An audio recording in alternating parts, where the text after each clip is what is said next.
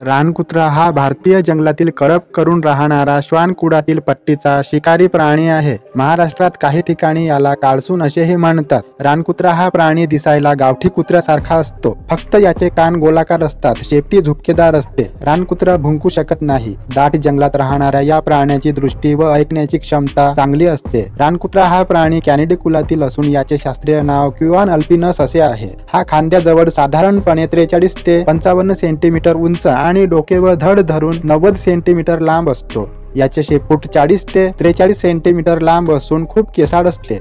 याचे वजन 20 किलोग्रॅम भरते. मादी त्या मानाने हलकी असते. याचे शरीर लांबट आणि लांडग्यासारखे सडपातळ असते. याचे पाय व जबडा मात्र काहीसे आखूड असतात. तरीही लांडगा व गावठी कुत्रा यांना 7 दाढा असतात, तर याला फक्त 6 दाढा असतात. न दमता चिवटपणे पाठलाग करून भक्ष्याला दमवायचे व जिवंत असताना त्याचे लचके तोडत मांस खायला सुरुवात करायची, ही याची शिकार करण्याची पद्धत आहे. सांबर, चितळ यासारखे त्याच्यापेक्षा आकाराने मोठे असणारे शिकार केवळ कळपात असणाऱ्या त्याच्या संख्येमुळे ते करू शकतात. इतर प्राण्यांच्या बाबतीत क्रूर असणारे रानकुत्रे मात्र कळपातील सभासदांना मांसाचा वाटा देतात. ताकदवान नर कळपाचा प्रमुख असतो. जंगलातील प्राणी रानकुत्र्यांना घाबरतात. रानकुत्रे भुंकू शकत नाहीत, म्हणून शिकारीच्या वेळी पाठलाग करताना व इतरही वेळी शिट्टीसारखा आवाज काढून सर्व रानकुत्रे एकमेकांच्या संपर्कात असतात. अशा प्रकारे निरोपाची देवाणघेवाण करतात. शिकारीला निघण्यापूर्वी रानकुत्र्याच्या कळपातील सदस्य एकमेकांच्या अंगाला अंग घासून शिकारीसाठी एकमेकांना तयार करतात. भारतात मात्र त्यांचे अन्न मुख्यतः हरिणे असतात. तरीही मोठाल्या टोळ्या म्हशी किंवा गवे यांच्यावरही हल्ला करतात.